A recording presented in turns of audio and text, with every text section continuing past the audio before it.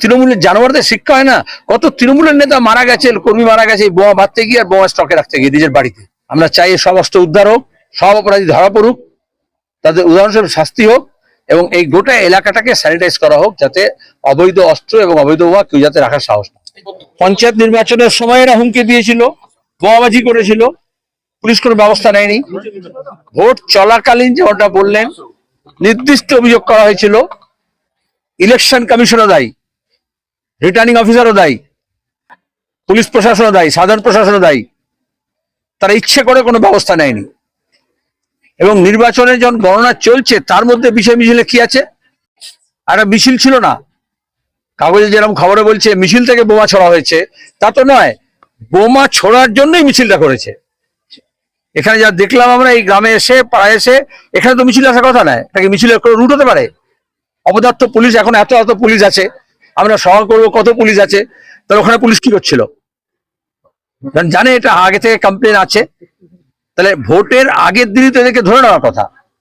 এবং গোটা গ্রাম থেকে অবৈধ অস্ত্র, যা স্টক পাইল বোমা আছে, সেগুলো সব উদ্ধার করার কথা। গোটা রাজ্য জুড়ে কত শিশু এরকম বোমা আঘাতে মারা গেছে, অ্যাক্সিডেন্টালি মারা গেছে, বোমা ছুঁড়ে মারা গেছে, এবং এই অস্ত্র ব্যবহার করা হয়। তাহলে পুলিশকে ব্যবহার করে, এই অস্ত্রকে ব্যবহার করে, এই গুন্ডাকে ব্যবহার করে এরা ভোট জিতবার চেষ্টা করছে। তাহলে পুলিশ, তৃণমূলের গুন্ডা, খুনি আর বোমা অস্ত্র এগুলো সব এক লাইনে দাঁড়িয়ে গেছে, কেউ আলাদা নয়। এই জন্য আমরা বাড়ি থেকে এফআইআর করা হয়েছে। আমরা প্রথম দিন থানায় গিয়েছিল, মীনাক্ষীরা গিয়েছিল, তারা বলা হয়েছে, আমরা বলেছি অপরাধীকে শাস্তি দিতে হবে এবং উদাহরণস্বরূপ শাস্তি দিতে হবে। সব অপরাধীকে গ্রেপ্তার করতে হবে, একটা দুটো করে ধরা পড়ছে।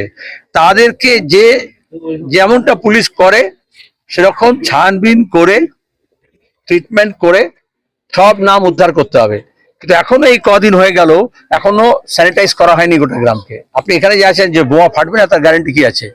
তাহলে সব বোমা উদ্ধার করা হলো না। মা বলছে 2 বস্তা ধরে বোমা নিয়ে আসছিল, তো কয়েকটা বোমা ফাটলো, বাকি পুলিশ তো ততগুলো বোমা উদ্ধার করলো না যেটা নিয়ে এসেছিল, যেটা ঘরে বাড়ি আছে। পুলিশের তদন্তের উপর আশ্বাস আছে। এখন তো পুলিশ ধরছে, পুলিশের পর আছে, মানুষের আস্থা রাখতে হয়। কোনো পুলিশ নয়, এ পুলিশ ও পুলিশ, এ রাজ্যের ও রাজ্যের, রাজ্যের কেন্দ্রের পুলিশ পুলিশ। আমি জাত ধরেই বলতে পারি, পুলিশের জাতটাই এরকম দলদাস হয়ে যায়। আজকে তৃণমূলের বুথ সভাপতি গ্রেপ্তার হয়েছে, এই যে যার নামে অভিযোগ করছেন তার অঞ্চল সভাপতি, ব্লক সভাপতি, জেলা সভাপতি, গোটা দেশের সভাপতি, রাজ্যের সভাপতি কম আছে? ও তো তৃণমূল এরকম পদ অনেককে দিয়ে দেয়, আর তারা তো সব একটা বিপদ তৈরি করে। ল কলেজে দেখলে না দক্ষিণ কলকাতায় কে ধর্ষণ কে করলো? যাকে অভিষেক মমতার দায়িত্ব দিয়েছে ওই কলেজ পরিচালনা করার, সে ছাত্র নেতাও, সে আধিকারিকও, সে কর্মচারীও, সে আইনজীবীও, সে আবার পরিচালক মন্ডলীও। এইভাবেই ক্ষমতা কেন্দ্রীভূত করেছে বলেই পিসি ভাইপো এরকম অসংখ্য গাওয়াল শেখ জন্মাচ্ছে পাড়ায় পাড়ায়, আর তাদেরকে মস্তান বানানো হচ্ছে। একদিকে ওবিসি খতম করে দিচ্ছে, আর এরা সব ওবিসি নস্য শেখ, তো তাদেরকে ক্রিমিনাল বানানো হচ্ছে, স্কুল কলেজগুলো বন্ধ করে দেওয়া হচ্ছে।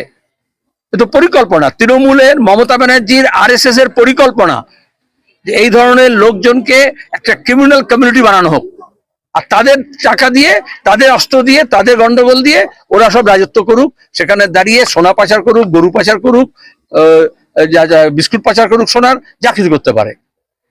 এটা একটা শুধু বোমা নয়, তদন্ত এই জন্য ঠিক মতো করা দরকার আছে। একটা থেকে আর একটা বেরোবে, বোমা থেকে অস্ত্র, অস্ত্র থেকে খুনি, খুনি থেকে তার সাঙ্গপাঙ্গ, তার সাঙ্গপাঙ্গ কোথায় তারটা কার সঙ্গে জড়ানো আছে, সবটা বেরোবে। এই জন্য আমরা পূর্ণাঙ্গ তদন্ত চাই।